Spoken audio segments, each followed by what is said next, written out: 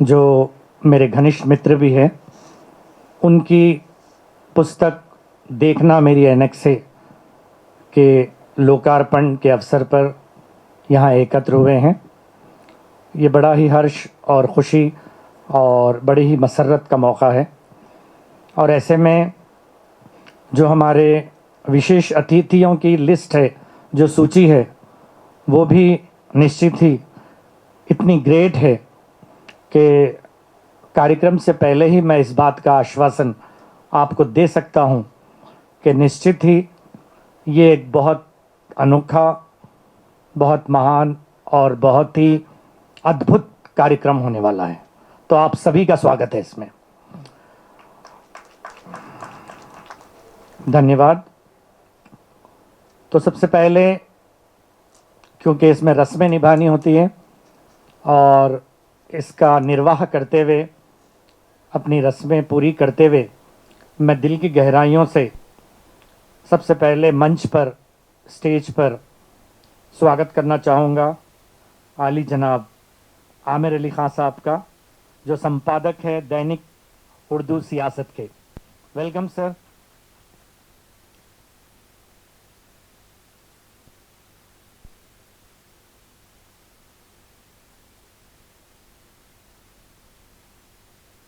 Thank you Aamir साहब।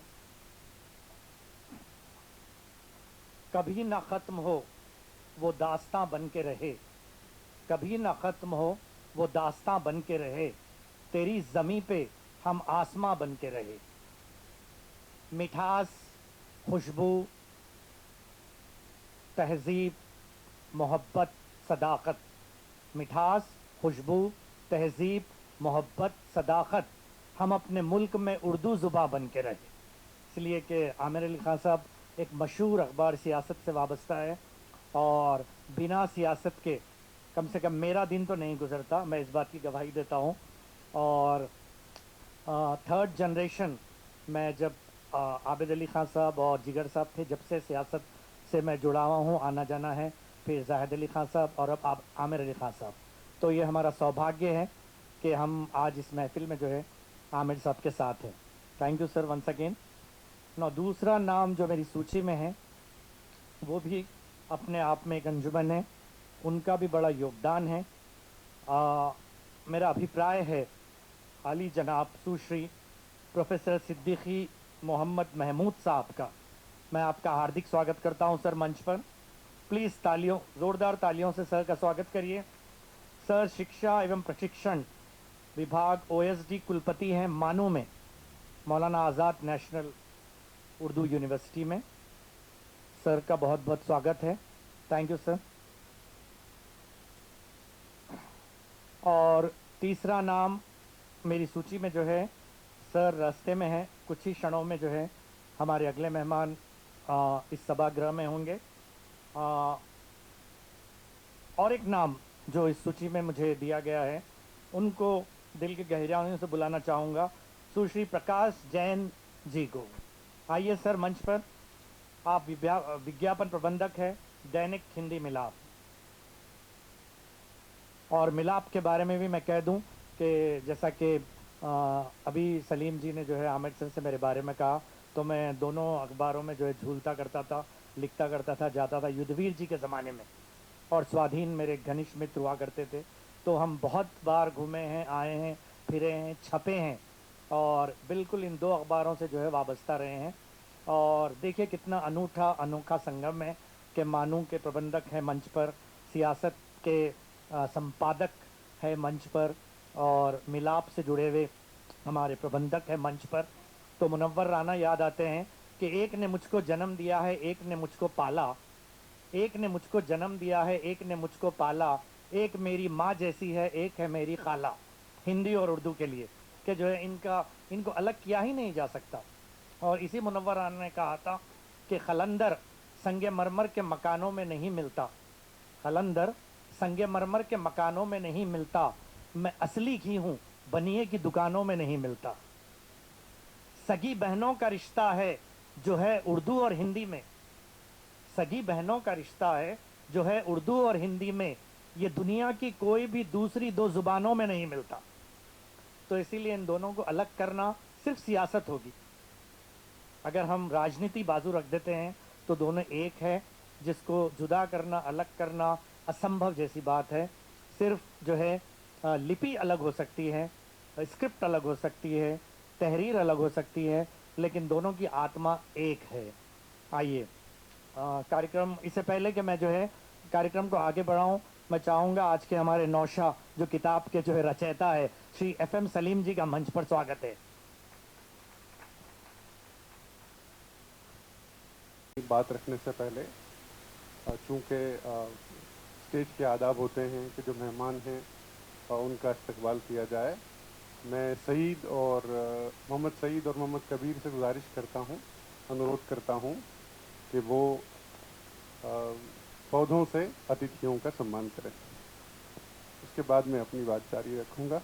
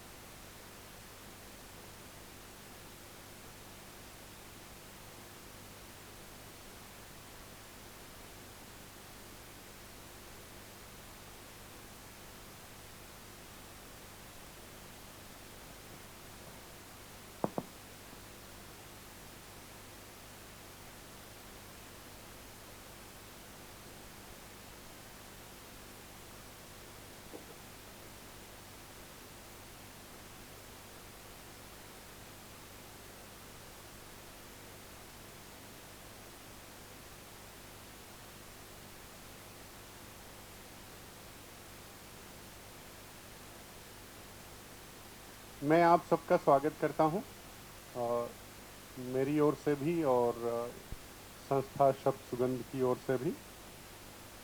मैं सबसे पहले खुदा का शुक्र अदा करता हूं कि यहाँ खड़ा हूं, उसका शुक्र है।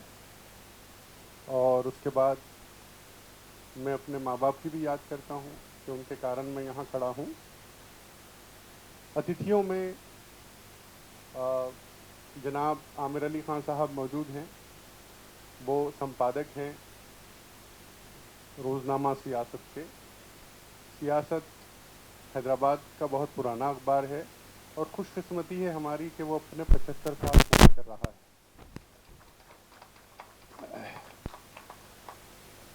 वो 75 ईयर्स पूरे कर रहा है और हैदराबाद ये देश की आज़ादी के साथ बढ़ा हुआ अखबार है। ख़ास तौर पे मैं कहूँगा जो उर्दू के पाठक हैं उनके लिए ये सम्मानीय तो है ही, बल्कि दूसरी भाषाओं के जो पाठक जो उर्दू भाषा को किसी न किसी तरह से जानते हैं वो भी सियासत को अच्छी तरह से जानते हैं। मैं सबका स्वागत करता हूँ, इस्तकबाल करता हूँ। हमारे साथ अध्यक्ष के रूप में डॉक्टर शिवदेव शर्मा जी मौजूद हैं। वो किसी तारुफ के मोहताज नहीं हैं, बल्कि मेरे गुरु भी हैं, और बल्कि वो जितने हैदराबाद में हिंदी भाषी हैं कहीं न कहीं से वो उनके गुरु, मार्गदर्शक और बहुत कुछ हैं।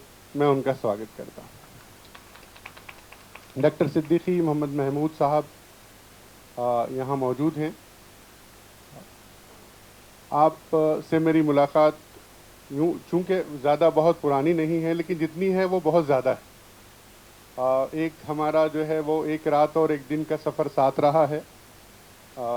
उस दौरान मैंने बहुत कुछ उनके बारे में उनसे सीधे जानने की कोशिश की, और ख़ास तौर पे जहाँ भी मैंने आपको सुना, एक अच्छे वक्ता के रूप में, एक अच्छे स्पीकर के रूप में जो प्रभाव छोड़ जाते हैं बहुत से। और ख़ास बात यह है कि वो डीन रहे एजुकेशन और प्रशिक्षण, शिक्षा और प्रशिक्षण विभाग के मानू में, और अभी वो OSD कुलपति होने के साथ साथ शिक्षा विभाग का मार्गदर्शन भी कर रहे हैं।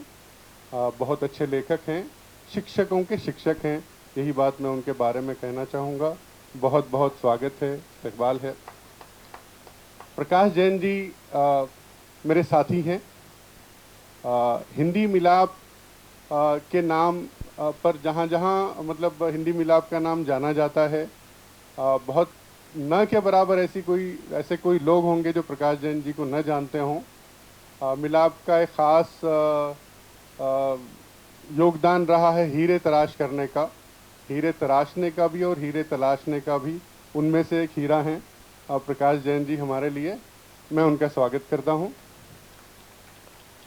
डॉक्टर सुषमा जी हैं, बदरुका में एसोसिएट प्रोफेसर हैं, हिंदी की बहुत अच्छी समीक्षक हैं, बहुत अच्छी टीचर हैं। मैं उनका स्वागत करता हूं। डॉक्टर प्रियदर्शनी जी हैं, इफ्लू में एसोसिएट प्रोफेसर हैं, वो भी बहुत अच्छी लेखक हैं, बहुत अच्छी टीचर हैं। मैं उनका भी स्वागत करता हूं। मेरे दोस्त हैं, मैं इनका शुक्रिया नहीं अदा करूंगा, स्वागत मैंने इनका बाहर कर दिया है। मेरे बहुत अच्छे दोस्त हैं, हमेशा मेरी खुशियों में सुख दुख में साथ रहते हैं।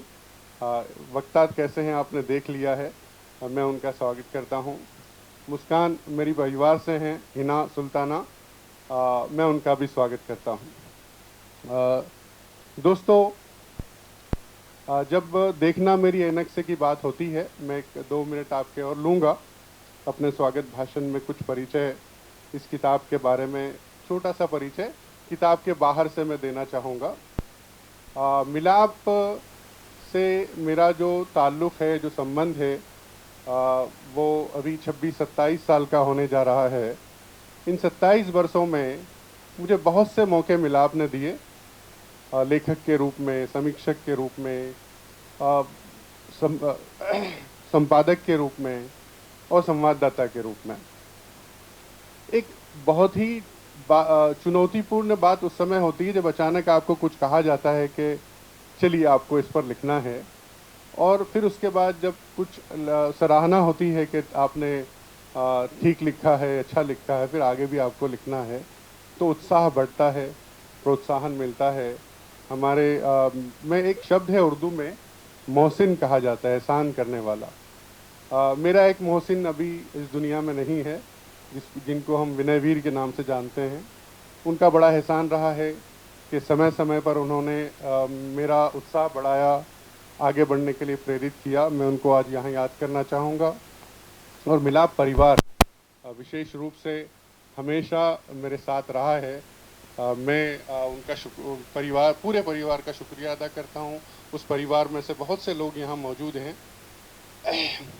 अक्सर लोग जो है दोस्तों के बारे में, खुसूसन उर्दू शायरी में दोस्तों की वफादारी के बारे में बहुत कम याद किया जाता है। उनकी बेवफाई या उसके चर्चे होते हैं, लेकिन मेरे साथ ये उल्टा हुआ है। मेरे तकरीबन सारे दोस्त मेरे दोस्त ही हैं, और उनके दोस्तों के बड़े एहसान रहे हैं, वो हमेशा मेरे साथ रहे हैं।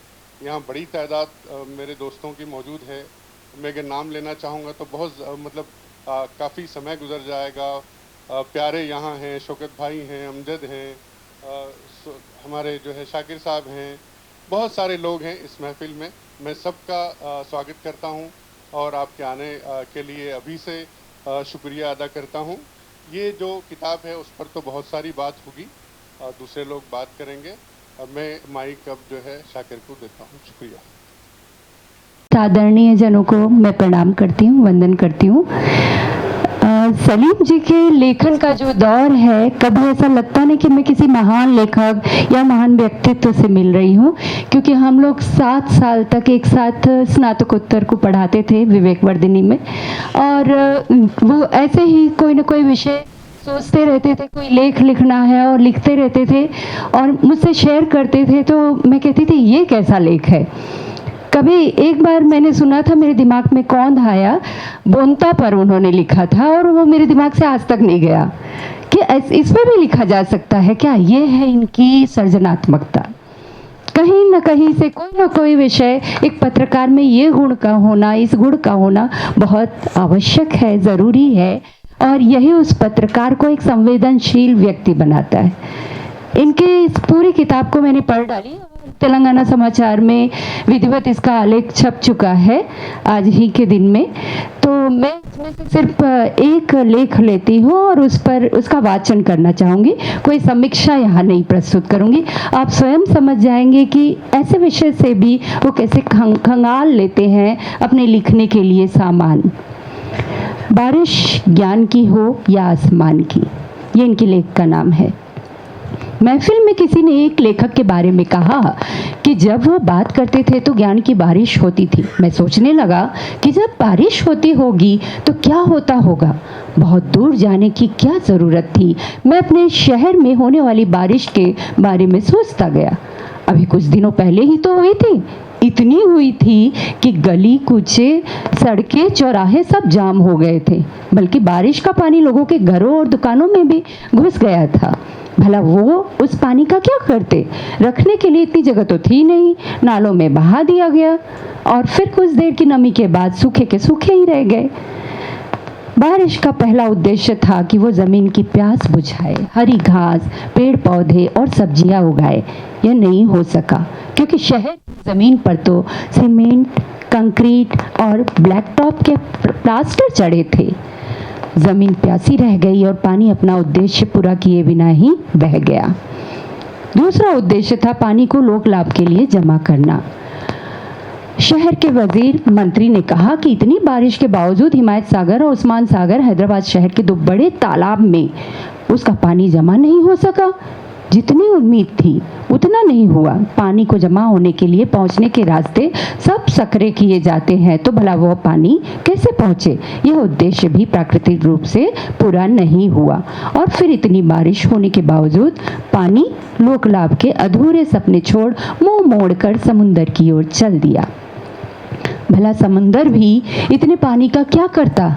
उसे भी लगा कि उसकी क्षमता से अधिक पानी ज़मीन से उसके पास आने लगा है, इसलिए वो परेशान होकर तूफान उठाने लगा और इधर प्यासी धरती तड़पने लगी है।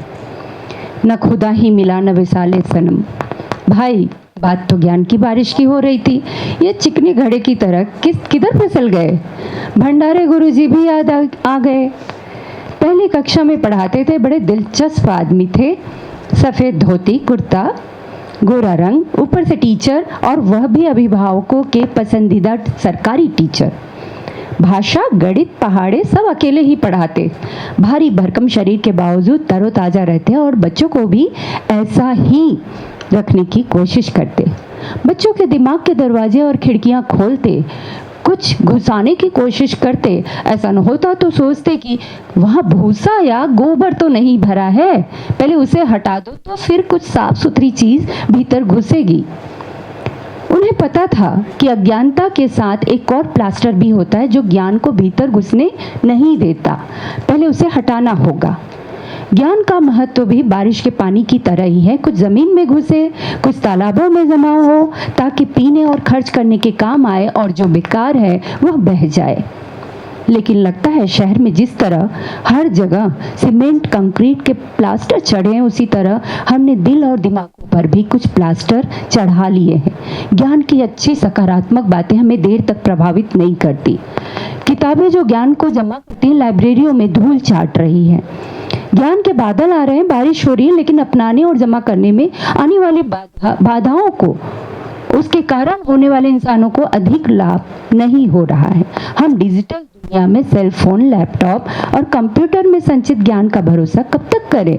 वह अपनी बैटरी के डेड होने के बाद काम नहीं आएगा। एक दो सवाल दिमाग पर दस्तक दे रहे हैं। क्या हम सड़कों, गलियों, घरों के पास के थोड़े से प्लास्टर को हटाकर पानी को जमीन में जाने की इजाजत दे सकते हैं? क्या हम दूषित दिमागों को थोड़ा सा साफ सुथरा कर अच्छी सच्ची बातों को कबूल कर सकते हैं? यह है पंचलाइन इस लेख का। बारिश चाहे आसमान की हो या ज्ञान की, प्लास्टर चढ़े हो तो बेकार ही बह जाएगी। पूरे लेख में ये एक पंचलाइन लेखक को बताता है कि वो कितना संवेदनशील है। छोटी सी प्रॉब्लम, समस्या को लेकर इतनी गहरी बात कह सकते हैं। बहुत बहुत बधाई। बस ऐसे ही लगे रहें। धन्यवाद। सम्मानित मंच को नमस्कार और सभा में उपस्थित सभी लोगों को मेरा प्रणाम। मैं थोड़ा सा वक्त बर्बाद करूंगी, लेकिन आपको लगेगा कि काम का है। आज मेरा सलीम जी के साथ कोई लंबा परिचय नहीं है, न मैंने इनके साथ पढ़ाया है, न हम बहुत साथ उठे बैठे हैं, लेकिन ये जब जब मुझे मिले हैं मैंने कभी इन्हें उदास नहीं देखा, कभी चिंता में नहीं देखा, बल्कि बहुत खुशो-खुर्रम मिजाज के रहे हैं और हमेशा हंस के ही बात की है। और आज इन्होंने जैसा अपने मुंह से ही कह दिया है कि ये अजात शत्रु हैं, इनका कोई शत्रु नहीं हुआ। तो एक शख्सियत तो ये इसी वजह से बन जाते हैं कि इनका कोई शत्रु नहीं हुआ, यानी इन्होंने अपनी कुछ कमियों को अपने सिरे से ही ठीक कर लिया होगा और दूसरों को मौका नहीं मिला होगा कि वो इनके साथ दुश्मनी करें। तो मैं सबसे पहले आपके इस मिजाज के लिए, जिसे नज़रे बद से बचाया जाए, आप ऐसे ही रहें, हमेशा इतने ही सकारात्मक रहें, इससे शुरू करना चाहूँगी। जब मुझे ये किताब दी गई तो मुझे एक मशवरा तो नहीं कहूँगी, मीठी सी चेतावनी दी गई, क्योंकि सलीम जी ही हैं। उन्होंने कहा कि बस पढ़ देना है, समीक्षा नहीं करनी है। तो मैं इनसे कहना चाहती थी कि ये तो मेरा मूल काम ही नहीं है, मेरा काम तो पढ़ने के बाद शुरू होता है, लेकिन इन्होंने जैसा कहा है मैं उसका ज़रूर ध्यान रखूँगी। मुझे ऐसा समझ में आया कि क्यों ये खुश रहते हैं, क्योंकि ये साधारण नहीं है, क्योंकि ये बहुत आश्चर्य वाली बात है कि एक इंसान हमेशा इस वक्त हर तरह से कैसे खुश रहता है। लेकिन जब मैंने इस किताब को पढ़ा तो मुझे समझ में आया कि इनकी संजीदगी की एक जगह है जो ये है, जहाँ इन्होंने दुनिया भर की चिंता की है, जहाँ इन्होंने अफसोस किया है, जहाँ इन्होंने पश्चाताप किया है, जहाँ इन्हें भविष्य की चिंता हुई है, नौजवानों की चिंता हुई है, सड़कों की चिंता हुई है, आसमान की, पर्यावरण की चिंता हुई है और औरतों की भी चिंता हुई है। इसी सूची में एक नाम है, औरत ने जन्म दिया मर्दों को। मैं आज उसी का पाठ करूँगी आपके सामने।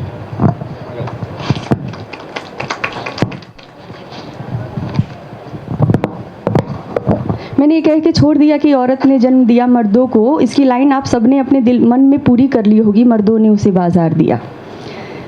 ये मेरे बहुत काम का विषय था और मुझे लगा कि ये इस चिंता का, इस पुस्तक में जितनी चिंताएं सम्मिलित हैं सबका एक्सट्रीम है, सबका मूल है। सलीम जी की एक और ख़ास बात ये रही कि ये केवल चिंता करके छोड़ नहीं देते, इन्होंने अपनी तरह से हर लेख में एक समाधान दिया है। जैसे अभी इसके पहले सुषमा जी पाठ कर रही थी, उसमें उन्होंने बताया है कि अगर पलस्तर दिमाग पे चढ़ जाए या सड़क पर चढ़ जाए तो पानी को बहने की जगह नहीं मिलती। इन्होंने अपने हिस्से से अपनी नागरिकता का फ़र्ज अदा कर दिया। इन्होंने बता दिया है कि दरअसल होना क्या चाहिए। इस लेख में भी इन्होंने बता दिया है कि दरअसल होना क्या चाहिए। इन दिनों महिलाओं की सुरक्षा का मुद्दा काफ़ी ज़ोर पकड़ा हुआ है, खासकर अब्यूज़ का मुद्दा सबकी ज़ुबान पर है। अब्यूज़ का अर्थ गाली देना, अपमान करना, प्रताड़ित करना है। अत्याचार योजनाबद्ध तरीके से होने लगे तो समझना चाहिए स्थिति गंभीर है और यह सभ्य समाज के लिए चिंता का विषय है। साहिर का लिखा ये गीत याद आ रहा है, औरत ने जन्म दिया मर्दों को, मर्दों ने उसे बाजार दिया। इससे किसी को इनकार नहीं हो सकता कि संसार की रचना में औरत की महती भूमिका होने के बावजूद सारी व्यवस्था पुरुष सत्ताक है और इस व्यवस्था में औरत को हमेशा आकर्षण की वस्तु बनाए रखने का प्रयास किया गया, चाहे वह सहज हो, ससम्मान। अब यह समझा जाने लगा है कि औरतें मर्दों की बराबरी करने लगी हैं और हर क्षेत्र में उन्होंने अपने जौहर दिखाए हैं। वह अबला नहीं रही, लेकिन जब भी मर्द की हैवानियत और दरिंदगी की कोई घटना सामने आती है, बराबरी वाले सारे दवा हवा होने लगते हैं। भारतीय साहित्य में नारी के सौंदर्य शास्त्र के विकल्प के रूप में स्त्री को देखा गया है, बल्कि सारा सौंदर्य शास्त्र नारी के आसपास रचा गया है, इसलिए भी कि दुनिया के चर प्राणियों में वही सबसे अधिक प्रकृति के निकट है। ऐसे में सौंदर्य का प्रशंसक होना या उसे पाने की इच्छा रखना स्वाभाविक है, इस पर किसी को ऐतराज़ भी नहीं हो सकता। लेकिन यह भी बराबरी में उतना ही सच है कि अपनी इच्छाओं को किसी पर ज़बरदस्ती थोपा नहीं जा सकता। बात जब तक दिल में है वह किसी नियम या कानून, लेकिन जब वह ज़ुबान पर आती है या फिर उस पर हाथ पैर अमल करने लगते हैं, उसके अच्छे होने पर तारीफ़ और बुरा होने पर सज़ा के हकदार हो जाते हैं। यह बहुत साधारण सी बात है और आज का शिक्षित समाज इसको बहुत अच्छी तरह समझ सकता है, लेकिन समझे कैसे? उसकी सारी समझ सफलता, असफलता, अच्छाई और बुराई के सारे पैमाने आर्थिक प्रगति और दुर्गति के आधार पर बुने जा रहे हैं। बीते 30-35 सालों से तो हालात और बदतर हो गए हैं। मूल्यों पर आधारित शिक्षा जैसे प्रवचनों तक ही सीमित होकर रह गई है। महिलाओं पर होने वाले अधिकतर मामलों में देखा गया है कि मजनूओं और पागलों के साथ साथ पढ़े लिखे, शिक्षित और सभ्य समझे जाने वाले सब एक ही कतार में खड़े हैं। कब किसका कौन सा चेहरा सामने आएगा समझ में नहीं आता। ऐसी घटनाओं में वृद्धि हुई है जब महिलाओं और बालिकाओं को अवसर की तलाश करके नुकसान पहुंचाया गया है। इस मुद्दे पर चर्चा करते हुए यह सच भी सभी को मान लेना चाहिए कि बच्चों को इस बात का मार्गदर्शन गोद से ही दिया जाए कि खिलौने आदि जीते जागते प्राणियों में फ़र्क है।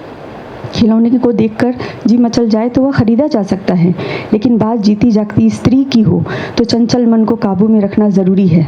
ऐसा लगता है कि हर व्यक्ति को नागरिकता का लाइसेंस देने से पहले कुछ दिन के लिए ही सही मन को संयम में रखने के लिए प्रशिक्षण और परामर्श की कक्षाओं में हिस्सा लेना अनिवार्य कर दिया जाए।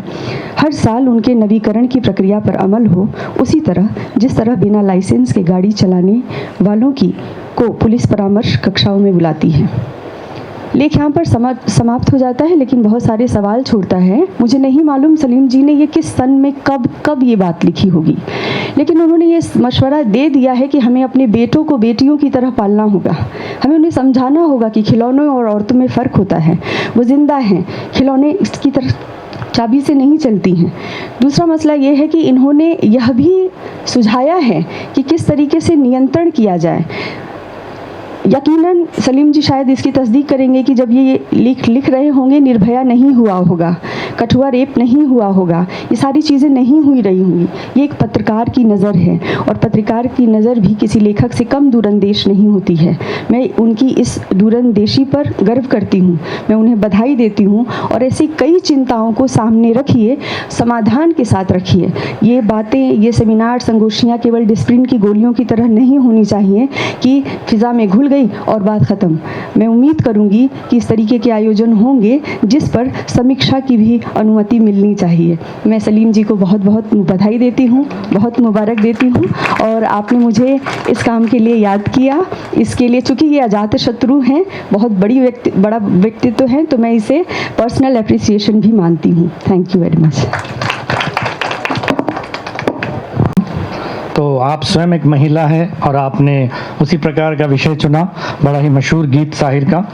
और असल में होता क्या है कि जो तख्लीक होती है, जो क्रिएटिविटी या जो सृजन होता है, उसकी एक समस्या है जिसके बारे में एक संगोष्ठी में एक लेखक ने कहा था। और मेरी इस बात को ऋषभ जी समर्थन देंगे कि जो लिखा जाता है एक्चुअली वो एहसास से लिखा जाता है, लेकिन जो पढ़ा जाता है वो अल्फाज में पढ़ा जाता है।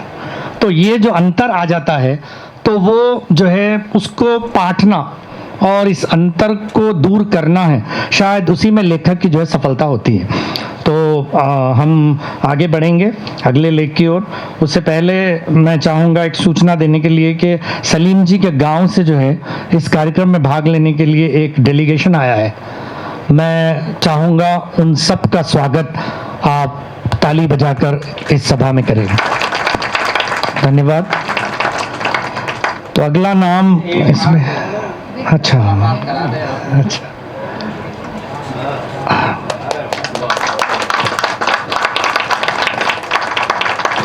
आपने हैदराबाद को हीरा दिया है।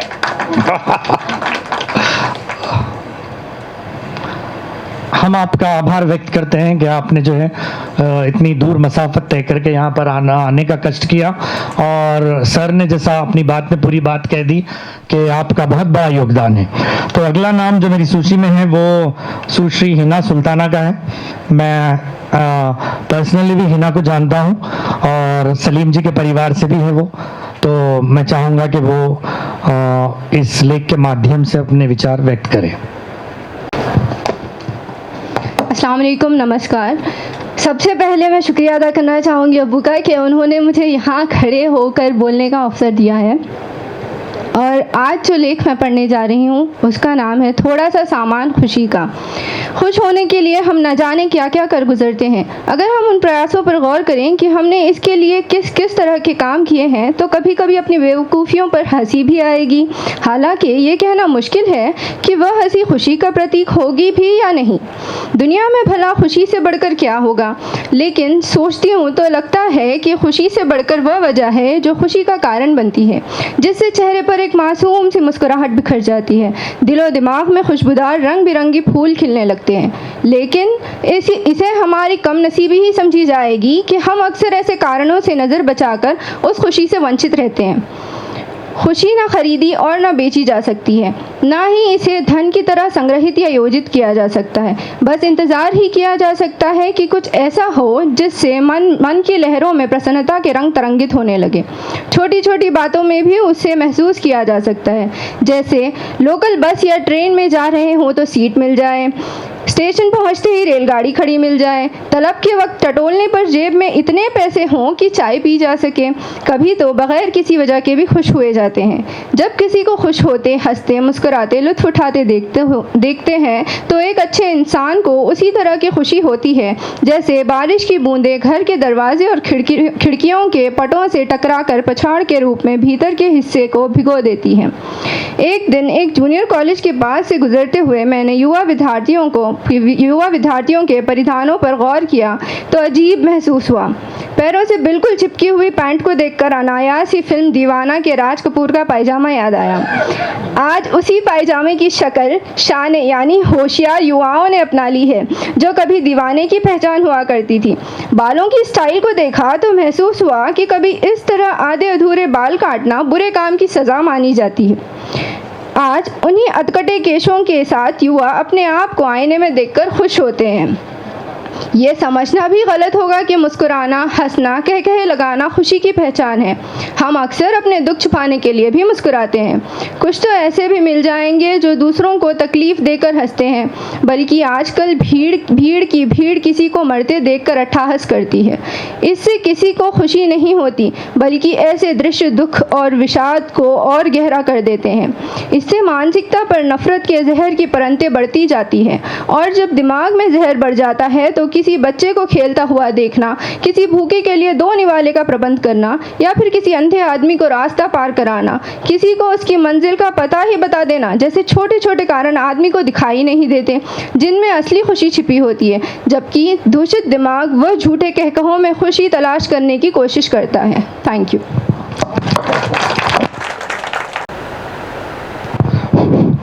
धन्यवाद हिना, आपने अपने अंदाज की हिना से जो है एक लेख को प्रस्तुत किया है, और देखा आपने कि जो है 3 अलग अलग टॉपिक्स, बारिश का हो, महिलाओं से संबंधित हो, या खुश रहने पे हो, तो लेखक कितना सृजनात्मक होता है, कितना क्रिएटिव होता है कि वो आते जाते चलते फिरते कहीं से भी अपना विषय, अपना टॉपिक जो है चूज़ कर लेता है और फिर उन्हें शब्दों में, अल्फाज में, लफ्ज़ों में पिरो देता है।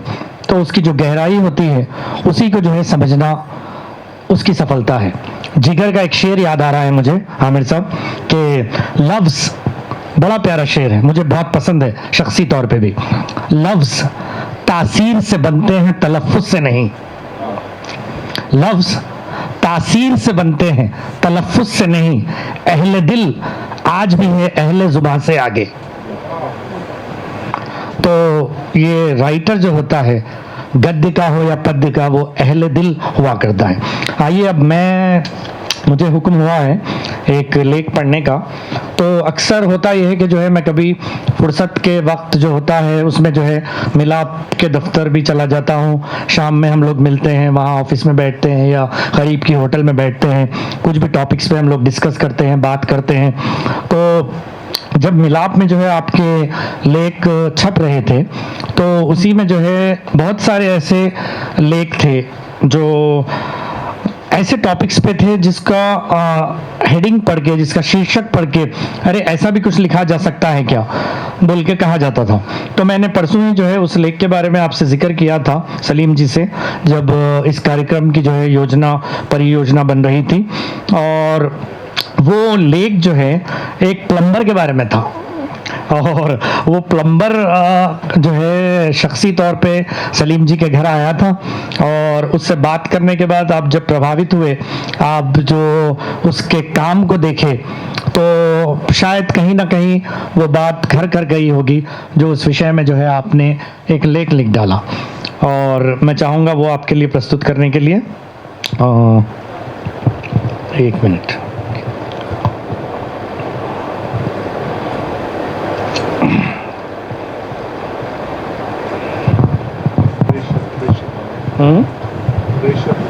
हाँ, प्रेशर नंबर क्या था उसका सर? दुल्हन वही, मैं वो दूसरी पुस्तक में था। एक मिनट।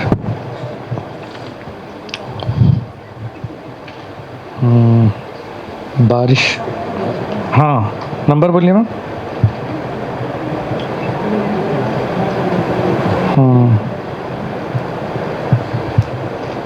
परोपकार बादल, एक बार जम के प्रेशर होना साहब, 57।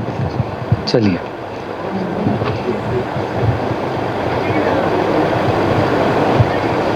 तो ये छोटे कामकाजी जो लोग होते हैं, जो प्लम्बर हो या जो मेहनत मजदूरी करते हैं, उनका भी अपना हमारे जीवन में योगदान होता है। इसीलिए लिखने वाले ने ऐसा भी लिखा कि जो है, जो पानी से नहाते हैं वो सिर्फ लिबास बदलते हैं, जो पानी से नहाते हैं वो सिर्फ लिबास बदलते हैं, जो कर्तव्य को निभाते हैं वो इतिहास बदलते हैं। तो छोटा काम करने वाला भी अपना एक मुकाम रखता है। कभी कभी जो है हम रहीम को पढ़ाते हैं, जहां काम आवे सुई क्या करे तलवारी, हम बोलते हैं। तो एक बार जम के प्रेशर होना साब, उसके शब्द हैं। बाथरूम की एक नलकी खराब हो गई थी, वॉश बेसिन के नल से भी पानी कम ही आ रहा था। उधर छत की टंकी 2 बार भरने के बाद भी खाली हो गई थी। पता नहीं सारा पानी कहाँ जा रहा था। गौर करने पर पाया कि 1-2 जगह नल से दीवार में पानी रिस रहा है। फैमिली डॉक्टर की तरह हर घर में एक फैमिली इलेक्ट्रिशियन और प्लम्बर भी होता है, बल्कि वो पास पड़ोस के घरों के लिए भी साझा कारीगर होता है। बहुत कोशिश के बाद भी जब फैमिली प्लम्बर से संपर्क नहीं हो सका तो दूसरे प्लम्बर की तलाश की। प्राथमिक जांच के बाद उसने हिसाब किताब लगाकर सामान सहित 5 से 6 हजार रुपए का खर्च बताया। 1-2 नलों की मरम्मत के लिए ये ज्यादा लग रहा था, लेकिन क्या करते, अनमने से ही सही हाँ कर दी। प्लम्बर का काम शुरू हो गया। हम मूक दर्शक और कभी कभी सहायक निर्देशक की तरह कुछ कह सुन लेते। नलों की मरम्मत के दौरान उसने पाया कि प्रेशर बहुत कम है। उसने नलों का इतिहास जानना चाहा। शुरू से ही इतना प्रेशर है या फिर बीच में कम हुआ है? सभी नलों का प्रेशर ऐसा ही है क्या? भला हम पुलिस स्टेशन के अपराधियों की हिस्ट्री शीटर की तरह नलों की फाइल थोड़े ही बनाए हुए थे? जो कुछ याद था बता दिया। उसने समझ लिया कि हम इस मामले में कुछ अनाड़ी हैं और फिर अपना काम शुरू कर दिया। नलों के प्रेशर को बढ़ाने के लिए उसकी तरकीब और मेहनत देखकर हम भूल गए कि उसने हमारे आकलन से कुछ अधिक रुपये का हिसाब किताब बनाया था, बल्कि उसका सहयोग करने में लग गए। एक एक करके घर की सभी नलकियां खुलती गईं और नलकियों के पानी का प्रेशर बढ़ने लग गया। नलों के अंदर से धूल मिट्टी न जाने क्या क्या निकलने लगी। देखकर हैरत हुई कि सामान्य रूप से तो ये धूल मिट्टी किसी नल से कभी नहीं निकलती थी। पाइपों में लगे जंग और मैल के धुलने के बाद सारी नल व्यवस्था ने जैसे गंगा नहा ली थी और सभी पाप धुल गए थे। प्रेशर देखकर घर के सभी लोगों के चेहरे खिल उठे थे। महसूस हुआ कि एक सामान्य कारीगर भी अपने अच्छे काम से ऐसी निश्चल खुशी दे सकता है जो किसी कॉमेडी शो को देखकर उठे खैकाहों से कहीं अधिक है। तो ये कितनी प्यारी बात है। जब आपको ज़रूरत हो तो कितना काम, और ये व्यक्तिगत रूप से मेरे साथ भी हुआ है कि छोटे छोटे काम, अगर टांकी से पानी ना आए, करंट चला जाए, मोटर खराब हो जाए, तो हम बेबस हो जाते हैं, और वो बेबसी और लाचारी हमको थोड़ा सा डिस्टर्ब कर देती है, और उस काम के लिए पैसे उसे बहुत कम मिलते हैं। कुछ देर के लिए दृश्य दिल और दिमाग की दूसरी आंखें खोल गया। काश कि ऐसा कोई प्लम्बर हो जो हम इंसानों के रिश्तों के पाइपों में भरी छल, कपट, ईर्ष्या, घमंड और हीन भावना की धूल मिट्टी को निकालकर प्यार मोहब्बत का प्रेशर बढ़ा दे।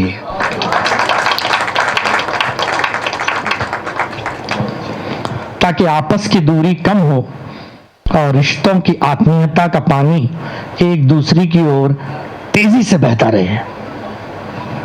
यह है इस लेख की खूबी।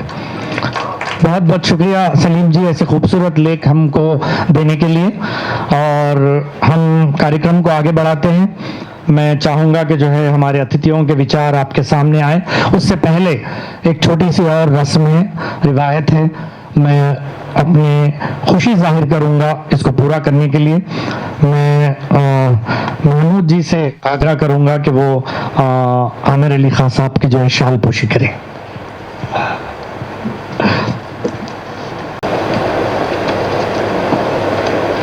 सभी को सादर नमस्कार।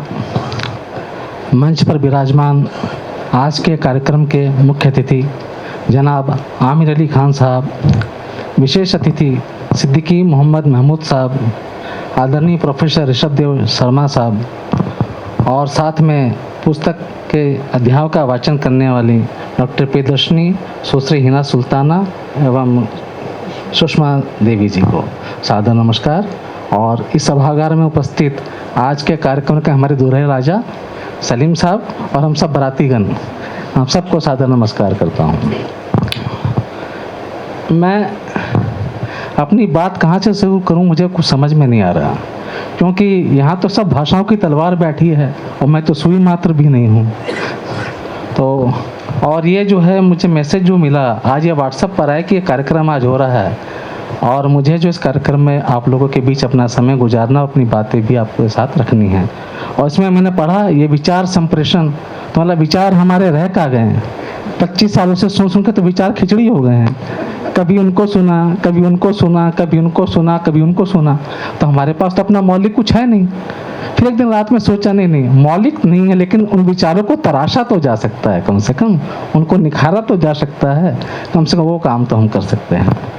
तो मैं ज़रा बुलक्कड़ किस्म का व्यक्ति हूँ, मुझे कई बातें जो है याद नहीं रहती, अच्छी भी हो या बुरी भी हो।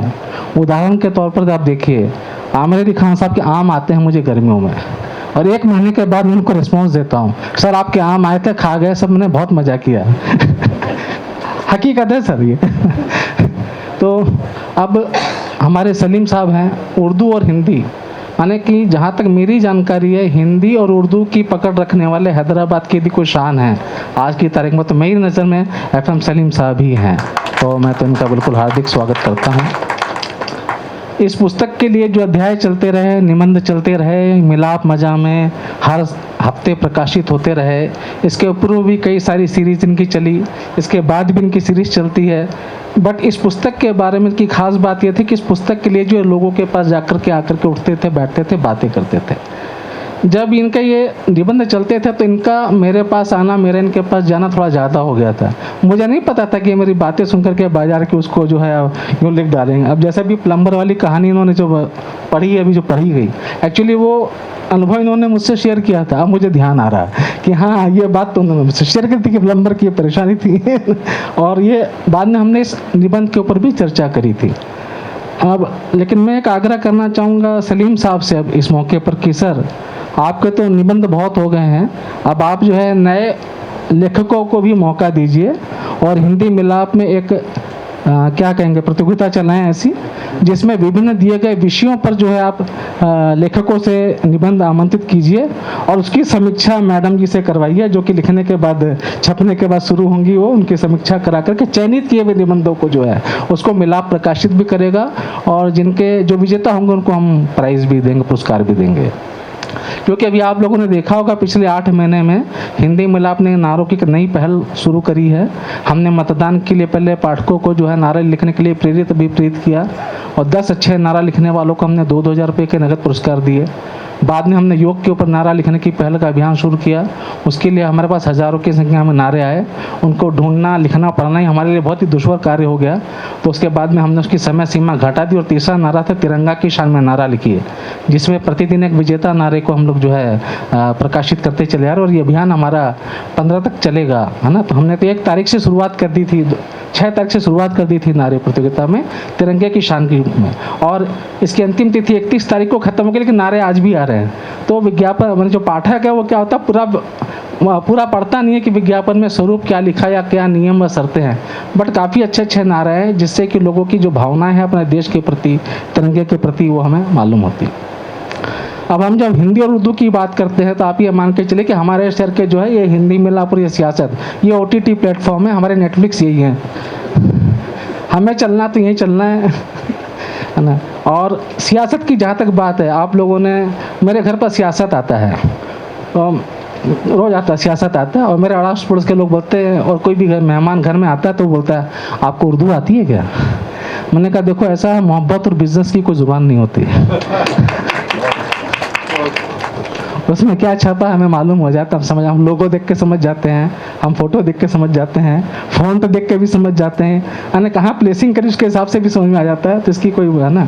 बट एक बात है, यदि आज की तारीख में हम बात करें तो इनके पाठकों के बीच यदि कोई मकान किराए पर देना हो, मकान बेचना हो, अच्छे रिश्ते करवाना हो, शादियाँ करवानी हो, ओवरसीज जाना हो, विदेश में नौकरी करना हो, तो इनके पाठकों को सियासत पढ़ना बिल्कुल ज़रूरी है।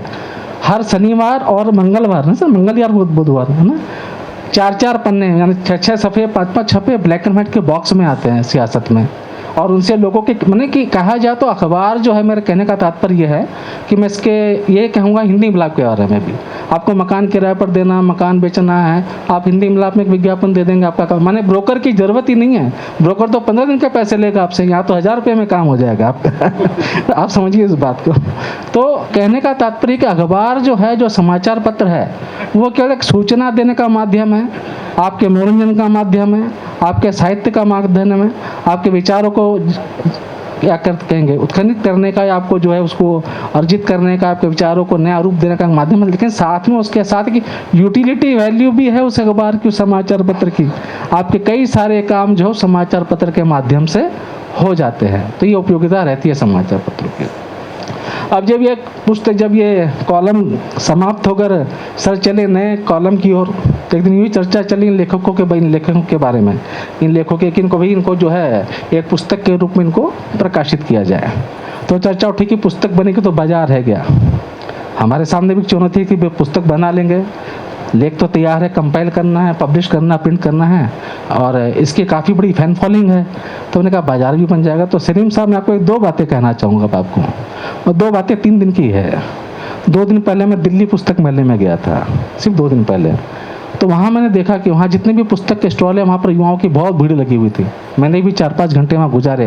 तो एक मन में जो एक भ्रम था कि युवाओं में पुस्तक पढ़ने का क्रेज़ या जो उनकी रुचि है ज़रा कम हो गई है, मुझे लगा कि नहीं, ऐसा कुछ नहीं, हमारे मन की बकवास सोच है, कुछ भी नहीं है।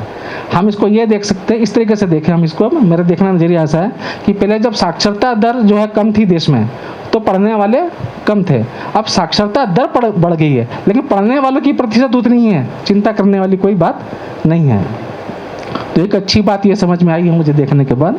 और दूसरा, फिर मैं जो है कल राजभाषा विभाग में गया था, और वहाँ पर आपके 2-3 लोगों को मैंने पुस्तक भी भेंट स्वरूप उनको दी। और उसमें से एक सज्जन ने कहा कि अभी हिंदी दिवस समारोह होने वाला है दिल्ली में 14 और 15 सितंबर को, और उसमें जो है आप एक स्टॉल लगाइए, हिंदी मिलाप का भी स्टॉल लगाइए, और साथ में जो वहाँ पर इस पुस्तक को भी आप साथ में जो है रखिए उसके लिए। तो ये 2 बातें मैं आपसे शेयर करना चाहता था। और तीसरी जो सबसे इम्पोर्टेंट बात फिर उसी शाम हुई, जब पुस्तक प्रकाशन ने कहा ये पुस्तक देखने के बाद दिल्ली पुस्तक मेले में, अरे भैया तो बड़ी अच्छी पुस्तक है, हम तो अमेज़ोन पर भी बेचते हैं, फ्लिपकार्ट पर भी बेचते हैं, तो आप ये पुस्तक वाले से हमारा परिचय करा दीजिए, हम इसको जो अमेज़ोन पर लगा देंगे। तो मैं उसका कार्ड लेके आया हूँ, आपको मैं दे दूँगा, शाम में ऑफिस में दे दूँगा। वैसे ही अलग बात है कि अमेजन हो या फ्लिपकार्ट हो या बिग बास्केट हो, चाहे कितने भी ई कॉमर्शियल वाले हों जिनको कहते हैं कि हम समाचार पत्रों की ज़रूरत नहीं है, तो मैं आपको बता दूँ, चाहे कितने भी जोमेटो हो, स्विगी हो, इनके जब भी कोई नए ऑफ़र आते हैं तो ये सबसे पहले समाचार पत्रों की ओर ही आते हैं, और उसमें सबसे पहले होता है सियासत और दूसरे पर होता है फिर हिंदी में लाभ। इनके पास तो कई विज्ञापन दाता ऐसे इनकी लाइन लगी रहती है। बजाज इलेक्ट्रॉनिक्स नाम दे लूँगा, चूँकि ये बंद सभागार इसलिए बता रहा हूँ, बजाज इलेक्ट्रॉनिक्स की दुकान नहीं चलती इसमें विज्ञापन नहीं आए। हॉलीवुड फुटवेयर और मेट्रो फुटवेयर के यदि विज्ञापन न छपे तो ईद नहीं होती, और जुबान बेकरी के यदि बिस्किट के विज्ञापन न छपे तो मुहर्रम नहीं होती। तो मैंने विज्ञापनों की ये बात है, और हमारे यहाँ भी वही स्थिति है। माने हम कहते हैं कि हमारा देश गरीब है, हम आर्थिक स्थिति से कमज़ोर है, सरकार कह रही है 5 ट्रिलियन इकोनॉमी की ओर जा रहे हैं। मैंने कहा भैया कहीं भी जा रहे हो, मकान तो खूब बिक रहे हैं, फ्लैट तो बहुत बिक रहे हैं, हिंदी में लाभ में मकान बेचने वाले के विज्ञापन तो बहुत आ रहे हैं और सब खुश है। ज्वेलरी वाला भी बहुत खुश है, मिलाप में विज्ञापन देता है, साथ में दुकान पर ऐसी लाइन लग रही है ज्वेलरी वालों के यहाँ जैसे कि कोई पॉपकॉर्न वाले की दुकान में नहीं होती वैसी। तो इकोनॉमी किधर जा रही है तो पता नहीं, लेकिन ये बात बिल्कुल सच है। और हाँ, सवाल बाजार के उतार चढ़ाव का, तो भाई साहब इस काल में तो सोने के भाव भी कम हो गए, तो यदि अखबार का ग्राफ थोड़े दिन कोविड में कम हो गया तो क्या हो गया? उतार चढ़ाव तो अच्छे बिजनेस की निशानी है। यदि एक ही तरफ चढ़ता रहा तो कहीं ना कहीं तो करेक्शन तो करेगा, चाहे वो मार्केट हो, चाहे कोई भी आपकी, चाहे भी कोई भी इंडस्ट्री हो, ऐसी बात है। तो ऐसा ही करेक्शन जो है अपने पुस्तकों के और अखबारों में भी हुआ है, अब उसमें करेक्शन आ गया है, चिंता करने वाली कोई बात नहीं है। तो हमारे पास पाठक भी हैं, प्रकाशक भी है, स्पॉन्सर भी है, और इतने सारे विद्वान लोग हैं, उतना बड़ा पाठक वर्ग है। आप तो तबीयत से लिखते रहिए, पुस्तकें बनाते रहिए और इस तरह का आयोजन करते रहिए, और हमें भी अपने लोकार्पण समारोह में जरूर बुलाते रहिए। बहुत बहुत धन्यवाद।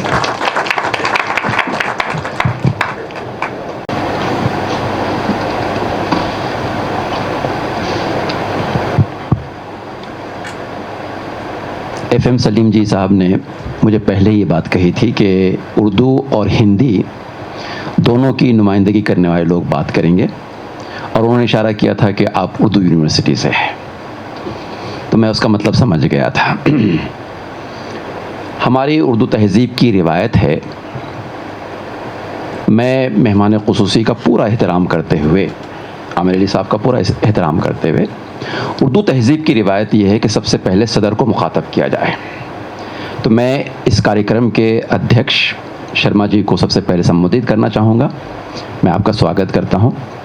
प्रोग्राम के मेहमान ख़ुसूसी आमिर अली ख़ान साहब, यहाँ पर स्टेज पर मौजूद सभी मौज़ज़ीन, इस किताब के मुसन्निफ़ जनाब FM सलीम साहब, और बहुत सारे ऐसे मौज़ज़ीन जो पहली रो से लेकर आखिरी रो तक बैठे हुए हैं, मैं आप तमाम से मुखातब हूँ। ये किताब देखना मेरी ऐनक से, FM सलीम साहब, अगरचे के उन्होंने बताया कि हमारी मुलाकातें ज़्यादा नहीं हुई हैं, लेकिन जो भी हुई है उसमें इनकी ऐनक बहुत नुमायाँ रोल अदा करती है।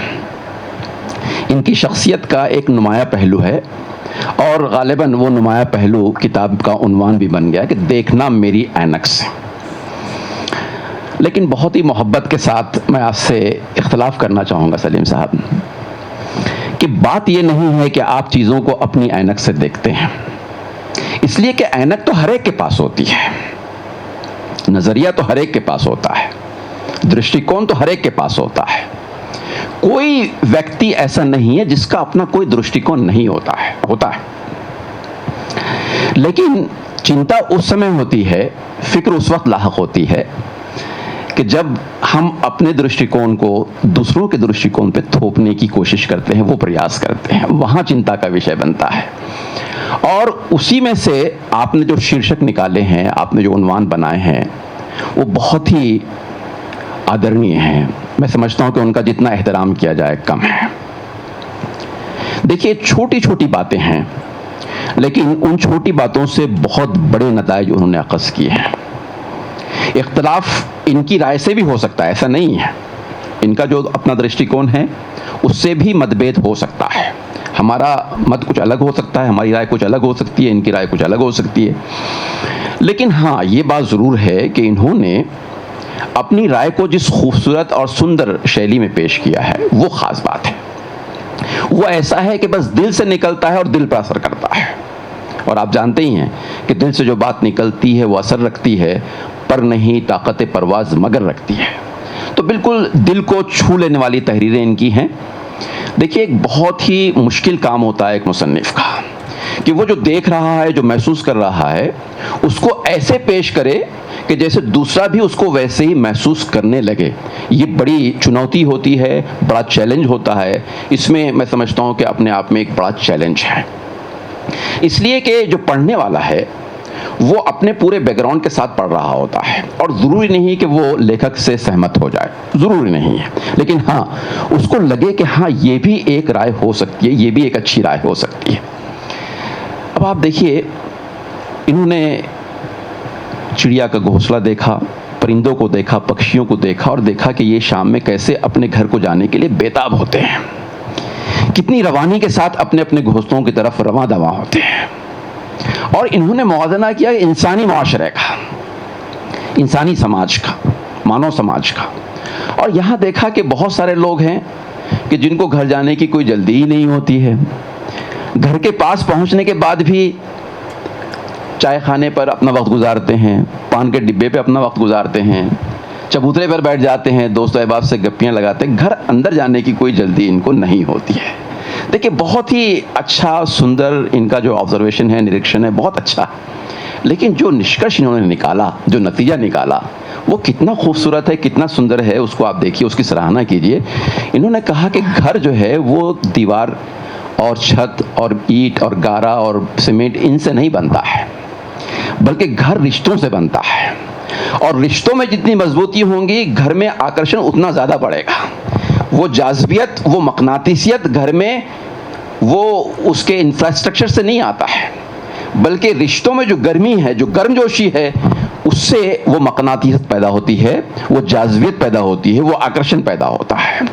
तो इन्होंने एक संदेश दिया कि घर में बैठकर भी बाज़ लोग, वो घर में तो आ जाते हैं, लेकिन मोबाइल पर और इंटरनेट पर और व्हाट्सएप पर जो लगे रहते हैं, तो घर में आकर भी उनका कोई फ़ायदा नहीं होता है। लेकिन इसकी तुलना में, इसके मुकाबले में वो लोग जो रिश्तेदारी निभाते हैं, देखिए बाहर एक मुखौटा पहने रहना अखलाक का, आदाब का, नैतिकता का, वो बहुत आसान होता है।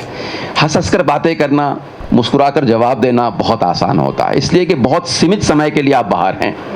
लेकिन घर में जब आप अपनों के साथ होते हैं और 24 घंटे आपको उनके साथ रहना होता है, तो वहाँ पर आपका असली चेहरा आ जाता है। वहाँ समझ में आता है कि आपका असली मिजाज क्या है, आपके अंदर कितनी नरमी है, नम्रता कितनी है, आपके अखलाक कैसे हैं, आपका बिहेवियर कैसा है, आप छोटे बच्चों की हौसला अफजाई करना जानते हैं कि नहीं जानते हैं, उसके लिए वक्त निकाल पाते हैं कि नहीं निकाल पाते हैं, आप अपनी बीवी का, अपने बच्चों का ख्याल रखते हैं कि नहीं रखते हैं। ये सारी चीज़ें, इंसान का असल रूप उस समय आता है सामने जब वो घर में होता है। तो बात बहुत छोटी सी है, छोटी छोटी बातों से उन्होंने बड़े बड़े निष्कर्ष निकाले हैं, बड़े बड़े नताइज निकाले हैं। इसके लिए मैं उनको अपनी ओर से और आप सब की ओर से हार्दिक बधाई देना चाहता हूँ, दिली मुबारकबाद देना चाहता हूँ। अब बात क्या है कि इसमें इनकी जो शैली है, उसमें कहीं ना कहीं जाकर हम देखते हैं कि एक डेमोक्रेटिक अप्रोच है, एक जमहूरी तरीक़ेकार को इन्होंने अपनाया है कि सबकी राय का एहतराम करना चाहिए, चाहे आप अपनी राय पर कायम रहे, लेकिन और लोगों की राय का आपको एहतराम करना चाहिए। क्या आप ये नहीं समझ सकते हैं कि ये बहुत छोटी सी बात है, लेकिन इस छोटी सी बात को बहुत बड़े बड़े लोग नहीं समझ पा रहे हैं। मैं समझता हूँ कि इशारा बहुत वाज़ेह है।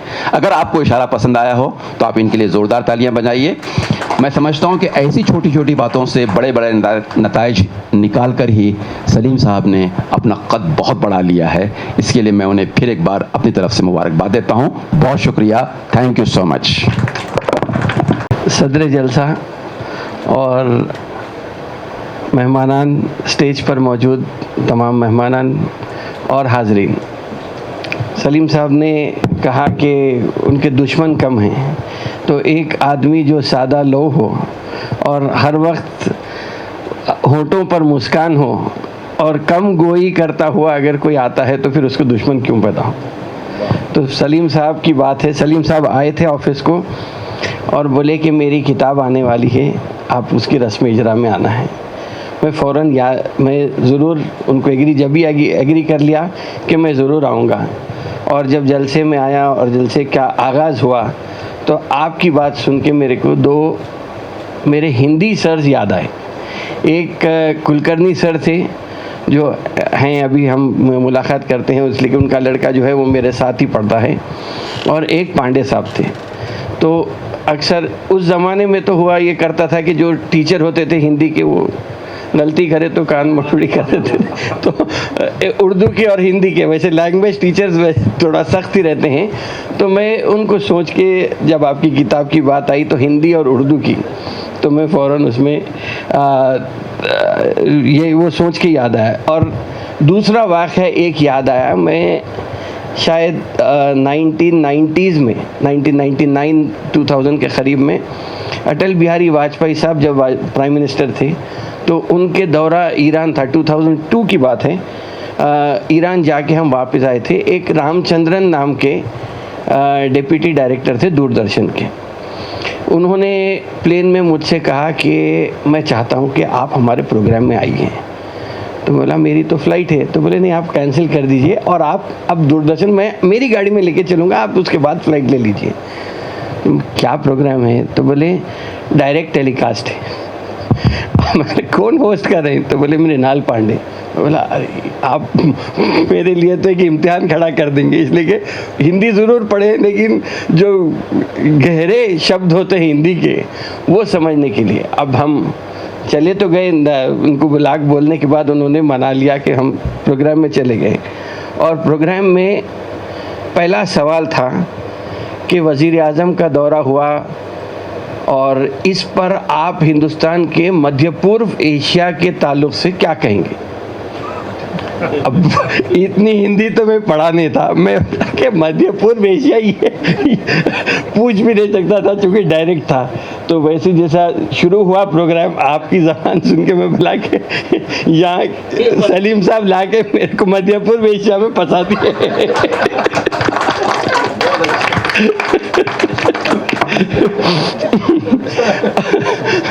और हिंदी और उर्दू की बात हुई थी।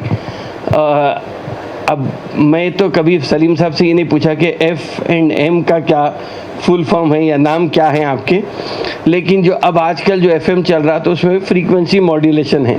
तो हिंदी और उर्दू का फ्रीक्वेंसी मॉड्यूलेशन आप यहाँ पे तो बहुत अच्छा करते हैं। और रहा सवाल ऐनक का जो अभी बात हुई, तो मैं समझता हूँ कि यकीनन सहाफ़ी की ऐनक है। आप समाज को देखने के लिए जो ऐनक का इस्तेमाल किए हैं, मैं भी आपकी किताब में से पढ़ रहा था कि आखिरी बस का कंडक्टर। तो जिस गहराई में आप गए हैं और जो साइज़ मुंतखब किए हैं, जो सेलेक्ट किए हैं, जो अल्फाज की बंदिश करके आप जो छोटा मुख्तसर उसमें करे हैं, मैं इसके लिए आपको मुबारकबाद देता हूँ। इसलिए कि आप अपने एहसासात को जो सामने रखे हैं वो आज के ज़माने में, और आज के ज़माने में जो अभी प्रकाश जैन साहब ने कहा कि हिंदी में काफ़ी लोग पढ़ रहे थे, उनको देख के आपको खुशी हुई, लेकिन सब शॉर्टकट में पढ़ना चाह रहे हैं, ये भी एक बात है। तो उसका लिहाज जो आप रखे हैं। और रहा सवाल हैदराबाद की तहज़ीब का या हिंदुस्तान का, मैं यही समझता हूँ कि हिंदुस्तान में इतनी पढ़ने का जो शौक़ है, इसीलिए आज हमारे पास एक नॉलेज सोसाइटी है। नॉलेज का फुक़दान हो रहा है इसलिए कि लोग अमेरिका की तरफ या यूरोप की तरफ जाने के लिए माइल हो रहे हैं। लेकिन फिर भी अभी भी मैं समझता हूँ कि एक है तबका, एक सेक्शन है जो अभी भी चाहता है। तो जैसा प्रकाश जैन साहब ने कहा, मैं भी एक ऑफ़र सलीम साहब को देता हूँ कि एक दास्तान गोई का अगर कुछ सिलसिला शुरू हो सकता है तो सियासत टीवी पे हम 15 मिनट, आधा घंटा, आपकी मर्ज़ी, उसका एक आगाज़ करते हैं ताकि लोग इन चीज़ों को, आपके जज्बात, एहसासात, आपके साथ आप इंडिपेंडेंट रहेंगे। मैं ये कहूँगा कि आप समझिए कि आपका टाइम स्लॉट है, आप अकेले बात करिए या जिसको बुलाना चाह रहे हैं आप दावत दे के बुला सकते हैं। तो उसकी एक पेशकश करता हूँ, अगर आप समझते हैं तो इंशाल्लाह उसको भी आज शुरू कर सकते हैं। बहरहाल मैं आपकी किताब का और दोनों हिंदी उर्दू दोनों किताबों का इस रूनुमाई होने पे किताब की मैं आपको मुबारकबाद देता हूँ और आप सभी का शुक्रिया अदा करता हूँ। बहुत बहुत शुक्रिया। शुक्रिया सर। शुक्रगुजार हैं कि आपने अपने विचार यहाँ रखे। 2-3 बातें जो उनकी तकरीर में से निकल के आई मैं आपसे शेयर करना चाहूँगा। एफएम की बात सर ने आमिर सर ने की। शुरू में जब मेरी मुलाकात हुई मैं भी कंफ्यूज रहता था क्योंकि एक एमएफ हुसैन थे तो मैं सोचता था ये भी एमएफ है या एफएम है सलीम साहब। शुरू की बात है, बहुत सालों पुरानी बात।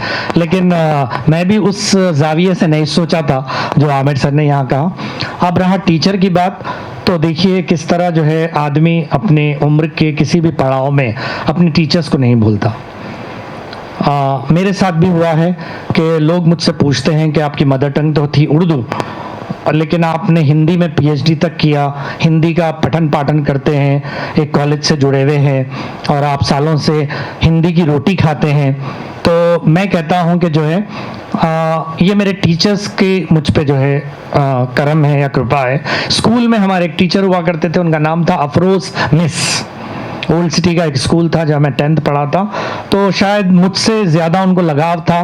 क्लास में आते ही बोलते थे रऊफ स्टैंड अप और स्टार्ट रीडिंग, तो हम किताब खोल के बड़े घर की बेटी पढ़ना शुरू कर देते थे। तो जो है प्रोत्साहन, इनकरेजमेंट उनका मिलता था। तो मैं आज अपने बच्चों से कहता हूं कि मैंने उस टीचर से इतना जो इंस्पिरेशन लिया है, इतना जो है प्रोत्साहन लिया है कि मैंने अपनी सारी जिंदगी इसको पढ़ाने पढ़ने के नाम कर दी।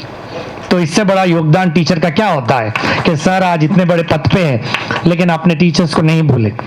और सियासत की जहाँ तक बात है, सलीम जी का जो चयन है बहुत ही सही है, क्योंकि मैंने शुरू में जिक्र किया था जाहिद अली खान साहब का और आबिद अली खान साहब का और जिगर साहब का। इन नामों के बगैर सियासत अधूरा है। तो जब मैं शुरू में जो है गीत चांदनी वगैरह के कवि सम्मेलनों में जाता था, वेणुगोपाल भट्टर जी यहाँ बैठे हुए हैं, तो नेपाल सिंह वर्मा जो है उसका आयोजन करते थे और जो अदबी ट्रस्ट के मुशायरे होते थे, खुमार साहब वगैरह जिसमें आते थे, रात भर चलता था। और खुमार साहब का वो तरन्नुम और वो गज़लें आज भी मुझे याद है अदबी ट्रस्ट के मुशायरों के। चंद्रबाबू नायडू वगैरह सीएम थे, उसमें मौजूद थे, ओवैसी साहब रहते थे, सालार साहब। खैर, तो मैं जब सुनाता था अपनी कविताएं, क्योंकि मेरी भी पुस्तकें छपी हैं, तो मैं भी थोड़ा सा मतलब गहराई और गहराई में जाके लिखता हूँ। तो नेपाल सिंह वर्मा जी मेरी हिंदी कविता को सियासत में छपवाने के लिए जिगर साहब के पास लेके गए। तो जब सियासत में जो है हिंदी का जो है टंकन व्यवस्था नहीं थी उसकी टाइपिंग की, तो उन्होंने खुद जो है वो टाइप करवा के जिगर साहब को दिए और आज भी मेरे जो रिकॉर्ड्स है उसमें मौजूद है। दोनों स्क्रिप्टों में मेरी नज़म छपी है, वो हिंदी एक तरफ है, उर्दू एक तरफ है। तो शुरू से सियासत जो है इस भेदभाव को मिटाते आया है कि जो लिखने वाला है उसकी सराहना हो, भाषा इसमें बाधा नहीं हो सकती। और मैं दुआ करता हूँ जिगर साहब के लिए भी, अल्लाह उनकी मग़फ़िरत करे। जब गुलजार जो है हैदराबाद आए थे चिल्ड्रन फिल्म फेस्टिवल में, क्योंकि मैं गुलजार से बहुत करीब रहा हूँ, तो मैं उनका इंटरव्यू लिया पब्लिक गार्डन में बैठ के और अपने कैमरे से फोटो लेके आर्टिकल जब रेडी करके जिगर साहब के पास गया। सर ये मैं गुलजार साहब से बात करा, तो अच्छा मियाँ लाओ बोल के लेके कलर फोटो के साथ सियासत का जो फिल्मी सफ़ा हुआ करता था, जिसको मैं सर को बोलूँगा कि आज थोड़ा मिस कर रहे हैं लोग, सियासत का वो एक पेज जिसमें फिल्मी न्यूज़ आया करते थे। तो मैं अगर पॉसिबल हो तो सर उसको शुरू करिए फिर। तो जो है उसमें छापा उन्होंने गुलजार साहब की मेरी फ़ोटो के साथ। मैंने जो भी उनसे गैर रस्मी बात की, फिर बॉम्बे में उनके घर पर मेरी उनसे बात हुई, मैं वहाँ से फैक्स करा। हमारे मैनेजर साहब शुजात साहब मुझे अच्छी तरह से जानते हैं, तो शुजात साहब लिख जाके जिगर साहब को दिए, ये रऊफुद्दीन शाकिर जो है बॉम्बे से भेजे, वो भी छपा, वो भी आज मेरे पास मौजूद है। उस समय माचिस फिल्म रिलीज हुई थी गुलजार साहब की, 96-97 की बात कर रहा हूँ। तो सियासत हमेशा इनकरेजमेंट करता रहा, और लेकिन इसको लेके झगड़ा भी हुआ। मैं आपको बताऊं, रेडियो स्टेशन पे जब मेरे नाटक वगैरह युवावाणी में आते करते थे, तो कुछ लोगों को एतराज हुआ कि आपके नाम का कार्ड उर्दू युवावाणी में और हिंदी युवावाणी में कैसा है। तो खैर ये भी एक सिलसिला था। मैं उस बात को ख़त्म करते हुए अब चाहूँगा हमारे अध्यक्ष ऋषभदेव शर्मा जी को बुलाने के लिए, और निश्चित ही सर के जो विचार होते हैं हम उससे प्रभावित हुए बिना नहीं रह सकते। सलीम जी ने सही कहा कि हम कहीं ना कहीं सर के शिष्य होते हैं, चाहे डायरेक्टली हम पढ़े हों या ना पढ़े हों। मैं 2 लाइन सर के स्वागत में बोलना चाहूंगा कि बंद रखते हैं जुबां, लब नहीं खोला करते। बंद रखते हैं जुबां, लब नहीं खोला करते, चांद के सामने तारे नहीं बोला करते। सर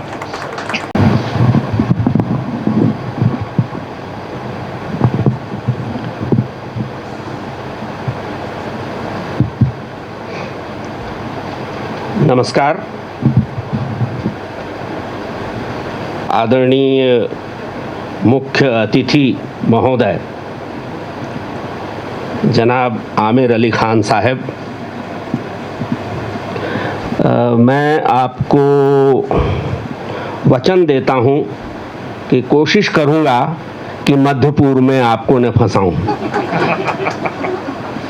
साक्षी वैसे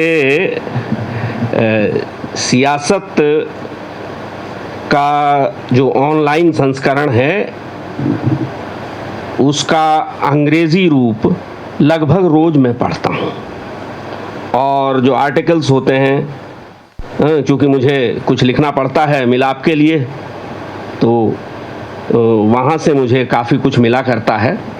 आज आपके बराबर में बैठने का मुझे मौका मिला, सौभाग्य मिला। अगर मैं ये मध्य पूर्व का शब्द नहीं है तो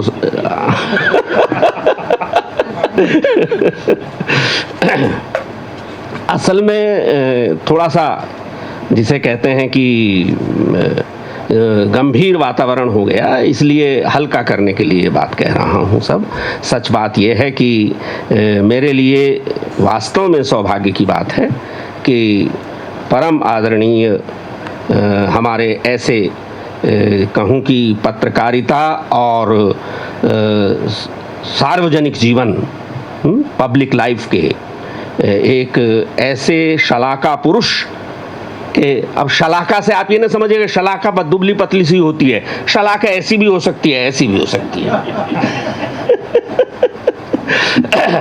तो आदरणीय जनाब आमिर अली खान साहब जो आज की इस महफिल के मुख्य अतिथि हैं,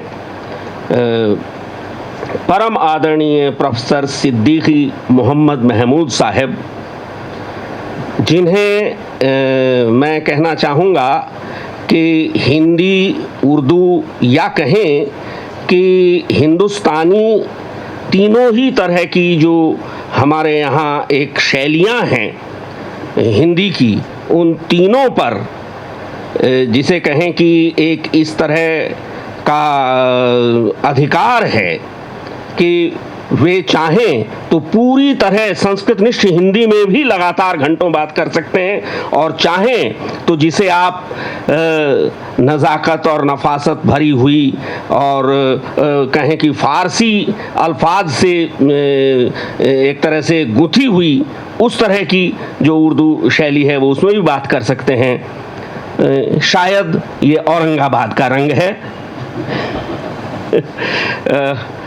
मैं अपने एक दोस्त से उनके बारे में अभी 3-4 दिन पहले बात कर रहा था, तो उन्होंने कहा आपको सिद्दीकी साहब से, प्रोफेसर सिद्दीकी साहब से मिलकर बहुत अच्छा लगेगा और फिर आप उनसे बार बार मिलना चाहेंगे। और अभी थोड़ी सी देर में ही उनके पास बैठ के मुझे लगा यार इनसे पहले क्यों नहीं मिला, मानू में रहकर भी क्यों नहीं मिला। तो मैं इसके लिए शुक्रिया करना चाहूँगा सलीम साहब का कि उन्होंने मुझे इन 2 शख्सियतों से परिचित होने का आज मौका दिया। आदरणीय प्रकाश जैन जी हमारे पुराने मित्र हैं, लेकिन आज उनका जो बोलने का अंदाज हमने देखा और कि किस तरह से साहब वो विज्ञापन वाले आदमी हैं, तो बाजार जो है वो कैसे उसको प्रभावित किया जाता है ये हमने देख लिया आज उनका। और मैं वास्तव में आपकी वक्तृता जो है वह आज, पहले भी कई बार आपके साथ मंचों पर बैठे हैं, मिलते रहे हैं, लेकिन आज आपकी वक्तृता का एक अलग ही अंदाज, एक अलग ही रंग देखा। मैं उसके लिए आपको प्रणाम करता हूं। सलीम साहब, ये इन्होंने अपने नाम को एफएम कर लिया और उसके फिर बहुत सारे वो बनाए जा रहे हैं फुल फॉर्म। मुझे तो फ़कीर बहुत अच्छा लगता है और इन पर वो फबता भी है। इनके नाम, इनका जो नाम है, मूल नाम, वो इतना फबता है इनके ऊपर। तो सब इन्हें आज मुबारकबाद दे रहे हैं। ये आज के नौशां हैं, आज के हमारे इस उत्सव के नायक हैं। मैं भी अपनी ओर से बहुत बहुत बधाइयाँ देता हूँ। और जिन मित्रों ने बहुत ही प्रेम पूर्वक इस पुस्तक को पढ़ा है और इस पुस्तक में से अपनी पसंद के कुछ अंशों को चुन करके यहाँ प्रस्तुत किया है, उनमें आदरणीय डॉक्टर रऊफुद्दीन शाकिर साहब, इनसे भी बहुत बार मिलता रहा हूँ मैं, और सच में इनके मध्य पूर्व से थोड़ा सा डर तो लगता है। शायद ये जानबूझ करके भी कई बार, मजाक कर रहा हूँ,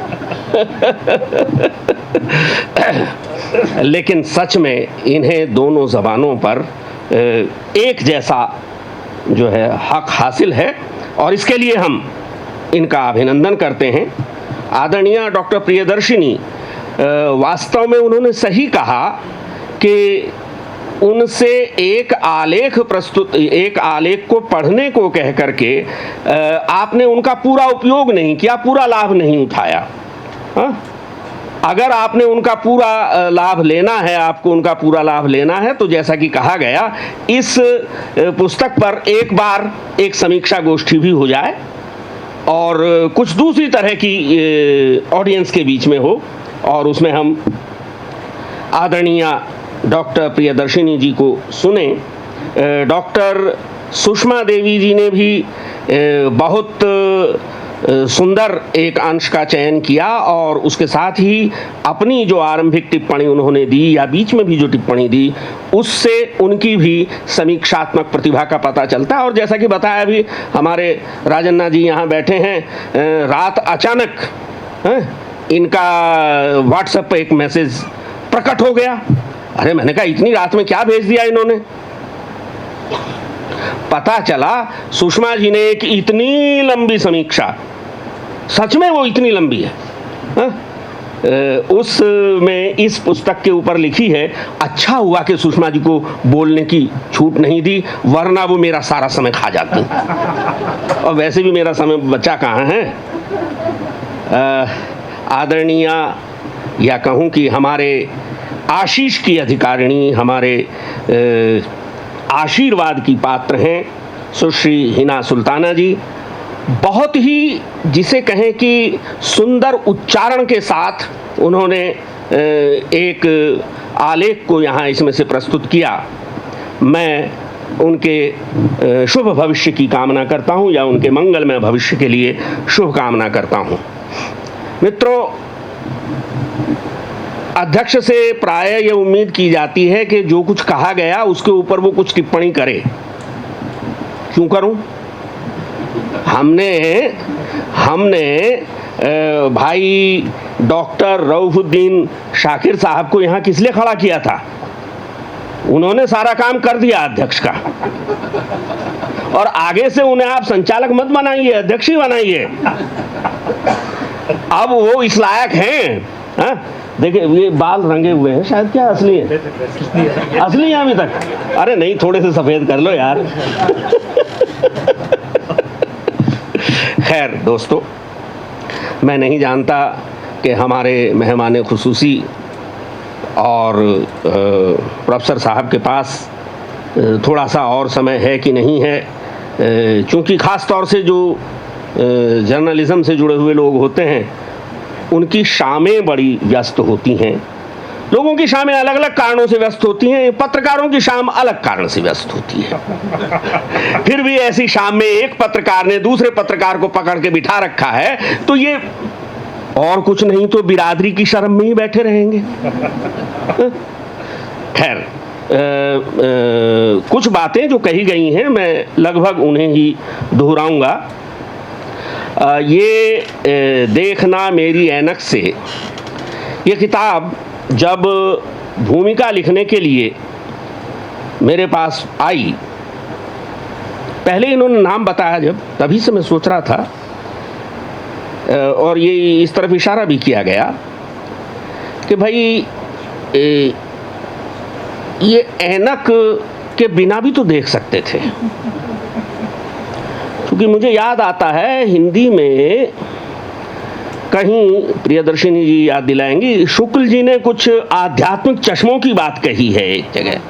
आजकल आध्यात्मिक रंग के चश्मे जो हैं वो बड़े, यानी ये कहा जाता है आमतौर से कि साहब लोग जो हैं तरह तरह के चश्मे लगाकर चीज़ों को देखते हैं, इसलिए वे चीज़ें उन्हें वैसी नहीं दिखती जैसी कि वे हुआ करती हैं, बल्कि वैसी दिखती हैं जैसा उनकी ऐनक दिखाती है, जैसा उनका चश्मा दिखाता है।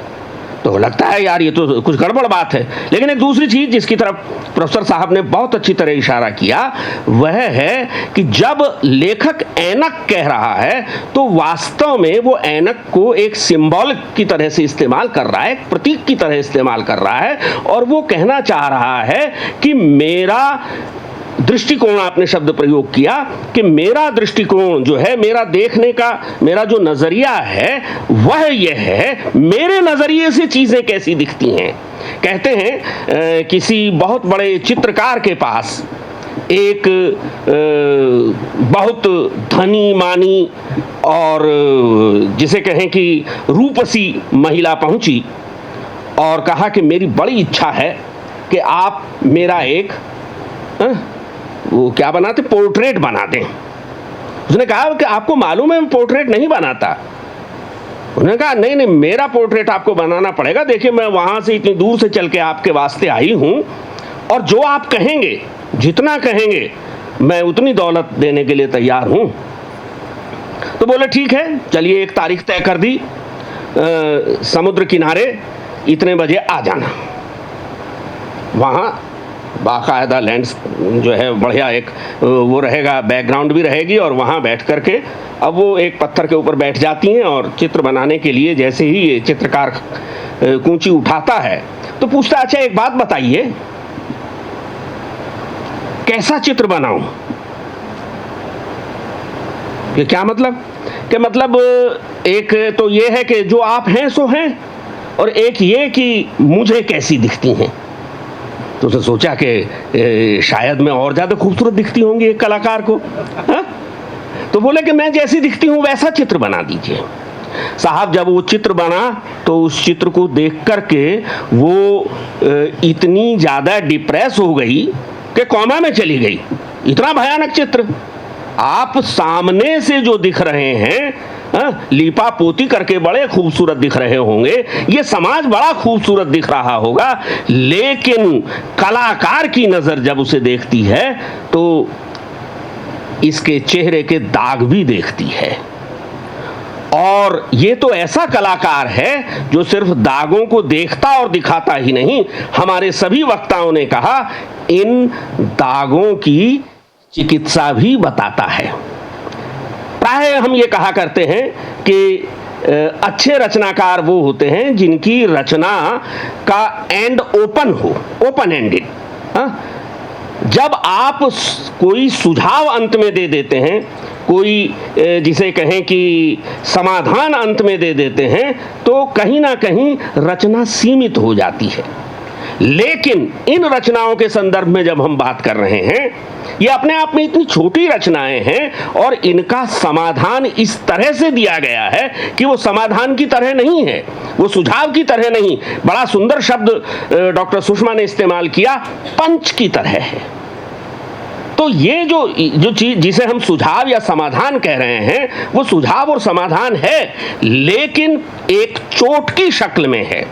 और इस चोट तक पहुंचने के लिए ये इनके डॉक्टर साहब ने इनकी शैली की चर्चा की, तो इनकी शैली जो है वो किसी अफसाना निगार की तरह से, किसी कहानीकार की तरह से ये समाज में से अलग अलग घटनाओं को उठाते हैं, किसी एक विषय को लेते हैं और कुल 500-700 शब्दों में उन्हें इस तरह से, एक तरह से चरमोत्कर्ष तक, क्लाइमैक्स तक लेकर के जाते हैं कि वहाँ जो इनकी अंतिम पंक्ति होती है वह समाधान के साथ साथ एक चोट भी हमारे दिलो दिमाग के ऊपर करती है। और इसीलिए समाधान सुझाने के बावजूद ये रचनाएं, जिन्हें इन्होंने ललित निबंध कहा है और हमने मान लिया, ललित निबंध जो है ये हैं कि नहीं है ये तो प्रियदर्शिनी जी बताएंगी बाद में। कुछ तत्व होंगे ललित निबंध के भी। ललित निबंध की एक सबसे बड़ी चीज तो यही होती है कि जिसे आप कहते हैं ना, व्यक्ति की जो निजता है, लेखक की निजता, उसका व्यक्तित्व, वो हमें रचना में दिखाई दे। तो इन रचनाओं के आईने में हम सलीम के उस व्यक्तित्व को देख सकते हैं जिसे कभी कोई अजात शत्रु कहता है, कभी कोई ये कहता है कि साहब ये समाज में घुल मिलकर के रहते हैं, कभी हम देखते हैं कि ये एक अनेक भाषाओं को जानने वाले व्यक्ति हैं, और एक ये कि ये अपने और पाठक के ही नहीं, अपने और जो इनका सब्जेक्ट है उसके साथ एक हार्दिक संबंध बनाते हैं। और एक इस तरह की भाषा और शैली इनके पास है कि जो हार्दिक संबंध इन्होंने अपने सब्जेक्ट के साथ बनाया था, उस प्लम्बर के साथ बनाया था, उस बारिश के साथ बनाया था, वही संबंध अपनी भाषा और शैली के सहारे ये अपने पाठक के साथ बना लेते हैं, और इस तरह से जो हमारा कम्युनिकेशन चैनल है वो पूरा होता है। तो ये बड़ी सफलता है कि आप जो कहना चाह रहे हैं, जिस अर्थ में कहना चाह रहे हैं, बिना किसी मीडिएटर के वह आपके पाठक तक पहुंच रहा है। मैं इन आलेखों का इस पुस्तक में ही नहीं बल्कि मज़ा में भी पाठक रहा हूं, और कई बार, जैसा कई लोगों ने कहा, ये फ़ोन करके भी कोई चीज़ हमसे चर्चा करके और हमें गौरवान्वित होने का अवसर दिया करते हैं। और मैं ऐसा इसलिए कह रहा हूं कि ये जो ज़िंदगी देखते हैं, जो ज़िंदगी जीते हैं, उसे बड़े बेलौस ढंग से और इस तरह से पेश करते हैं कि वो जो लिटरेचर का या अदब का एक बड़ा प्रयोजन है, पर्पस है, उद्देश्य है, उसकी पूर्ति होती है, और वह है समाज को बदलने की भूमिका तैयार करना। और इसीलिए ये जिसे हम कह रहे हैं कि इनकी जो भी ये कहना चाहिए कि तहरीरें हैं, इनकी अंतिम पंक्तियां जो हैं वे सूक्ति की तरह हैं, साथ लेकर के उन्हें चला जा सकता है। इन्होंने चूंकि ये हिंदी, उर्दू, मराठी और अंग्रेजी, कम से कम इन 4 भाषाओं के तो बड़े अच्छे जानकार हैं, इनके साहित्य के जानकार हैं, और इसीलिए इनके पास एक जो साहित्यिक विरसा है इन 4 भाषाओं का, वह भी इन तक पहुंचता है, और इन्होंने उसे पूरी अच्छी तरह से अपने भीतर समाया है, समेटा है, एसिमिलेट किया है, और उसे पचा करके ये अपनी रचनाओं को हमें सौंपते हैं। इन रचनाओं में मैं ये कह सकता हूँ कि निश्चय ही जिसे हम हिंदी में व्यक्ति व्यंजक निबंध कहते हैं, यानी किसी व्यक्ति के अपने व्यक्तित्व को, उसकी शख्सियत को प्रकट करने वाला निबंध, निश्चित रूप से ये निबंध वैसे निबंध हैं। और ऐसा होना निबंधों का यह दर्शाता है कि जहाँ ये निबंध अपने आप में आईना है, वहीं दूसरी ओर इसके लेखक का व्यक्तित्व पारदर्शी है, कोई गांठ नहीं है, वह एक कुंठाहीन व्यक्ति है। अकुंठ अभिव्यक्ति जो है वह अपने व्यक्तित्व की इन रचनाओं में करता है। ये चीज है। और जब आप कुंठाहीन होते हैं तभी आप विश्वमित्र होते हैं तभी आप अजात शत्रु होते हैं। अगर कुंठाएं होंगी, अगर गांठें होंगी तो फिर न आप विश्वमित्र हो सकते हैं, फिर तो विश्व अमित्र हो जाएंगे। और अजात शत्रु होने का तो मतलब ही नहीं है। मित्रों, पता नहीं मैं क्या क्या कह रहा था, जो शब्द मैंने यहाँ नोट किए थे वो तो बह गए, लेकिन एक बहुत अच्छी बात हमारे संचालक महोदय ने कही, साधारण से असाधारण को रचने की एक विशेष योग्यता जो है वह सलीम के पास है, और उसका उदाहरण, उसका प्रमाण जो है वह देखना मेरी ऐनक से में हमें प्राप्त होता है। चाहे बारिश की बात हो, चाहे स्त्री की बात हो, चाहे खुशी जैसे अमूर्त विषय को मूर्त करने की बात हो। एक चीज़ है कि आप जो चीज़ें साकार हैं उनका वर्णन तो करते हैं, लेकिन जो निराकार हैं, अमूर्त हैं, उन्हें आप जब कोई मूर्ति के रूप में पेश कर देते हैं तो ये एक बड़ी, जिसे कहें कि फन्नी, जिसे कहते हैं यानी एक कला का कार्य है, एक योग्यता है, कलाकारी योग्यता है, और इसमें वे उन्हें महारत हासिल है। यानी वे अमूर्त को मूर्त और मूर्त को अमूर्त दोनों तरह से बना सकते हैं। और ऐसा इसलिए है कि हृदय से सलीम कर्म से पत्रकार हैं, लेकिन हृदय से कवि हैं। ये कलम से पत्रकार हैं, लेकिन हृदय से कवि हैं। और इस पुस्तक के हर पन्ने पर आपको गद्य में लिखी हुई कविता नजर आएगी। तो इन रचनाओं में गद्य कविता है, इन कविताओं, इन रचनाओं में लघु कथाएं हैं, इन रचनाओं में जैसा कि कहा गया निबंधात्मकता है, इन रचनाओं में कथात्मकता है, और एक बड़ी चीज कहीं ना कहीं एक खास सटायर है, विनोद भी है। दोनों चीजें देखिए, विनोद तो है ही जहां वे खेलते हैं शब्दों के साथ भी, विषय के साथ भी, लेकिन कई जगह बहुत गहरा कटाक्ष और व्यंग्य भी है। तो ये सारी चीजें जो हैं मैं समझता हूं कि अगर कोई विद्यार्थी एफएम सलीम के कार्यों पर, इनके लेखन पर शोध कार्य करे और इनकी लेखन शैली, सरोकार तो व्यापक है ही, सरोकार की व्यापकता के साथ साथ इनकी शैली की मौलिकता, ओरिजिनलिटी जो है वह भी खास ध्यान खींचने वाली है। दोस्तों, इसी के साथ मैं एक बार फिर इस आदरणीय मंच को प्रणाम करता हूं। आप सब ने इतने प्रेम से भूख का समय होने के बावजूद मुझे झेला, इसके लिए आप सबके प्रति कृतज्ञ हूं, और विशेष रूप से सलीम साहब और सलीम साहब के परिवार और उनके गांव से आने वाले तमाम जो हमारे दोस्त हैं, वे सब हमारे भी मेहमान हैं। आप सबको खास मुबारकबाद देता हूं, दिली मुबारकबाद देता हूं। बहुत बहुत बहुत शुभकामनाएं। नमस्कार, फिर मिलेंगे, ज़रूर मिलेंगे। आपने ऋषभदेव शर्मा जी की जो बात थी उसके माध्यम से, उसके ज़रिए से सलीम जी की इस पुस्तक को समझने का जो आपका प्रयास है, आप उसको अगर साझा करना चाहें, बांटना चाहें, तो निश्चित ही हर आदमी कोई एक ना एक पॉइंट को तो ज़रूर पेश करेगा। जैसा मैं सोच रहा था, सर जब बात कर रहे थे तो आदर्श और यथार्थ की जो बातें हमारे साहित्य में हुआ करती हैं, हम प्रेमचंद वगैरह को पढ़ाते हैं और इस बारे में बात करते हैं, तो ये बड़ी अच्छी बात है कि कोई निष्कर्ष सलीम जी के पास नहीं मिला और हम अपने अपने निष्कर्ष खुद निकालते हैं जो सभी सार्थक होते हैं। तो thank you very much sir, फिर एक बार। कार्यक्रम बिल्कुल अपने चरम सीमा पर है। मैं समापन की घोषणा कुछ क्षणों के बाद करूंगा।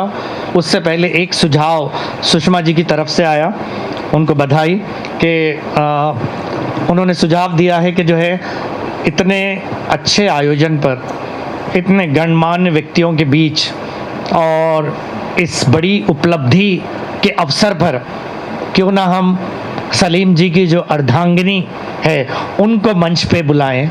तो मैं चाहूँगा कि आप मंच पे आने का कष्ट करें ताकि आप दोनों की जो है शाल पोशी हम कर सकें। स्वागत है आपका।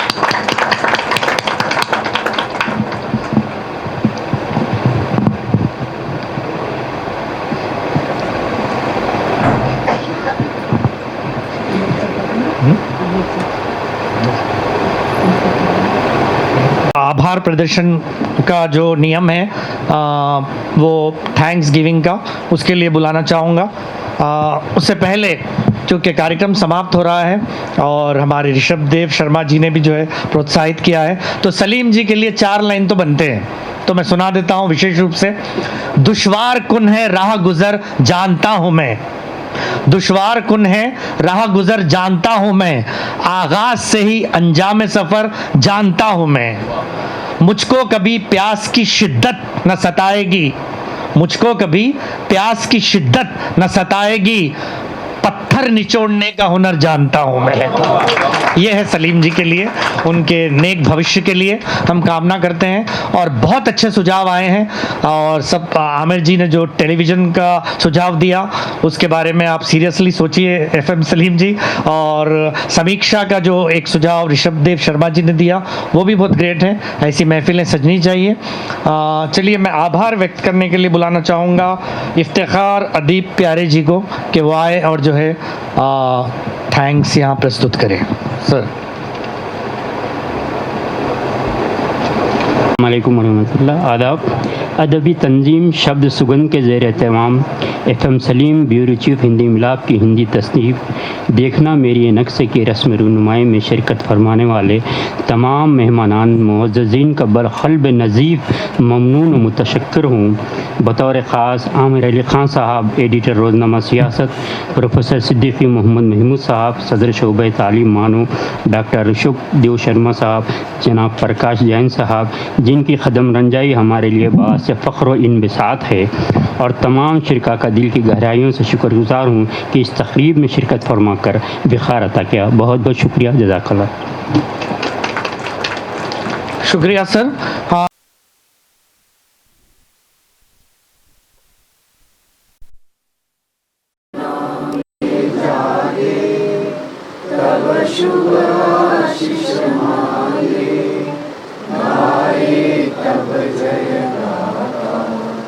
जनगण मंगलदायक जय हे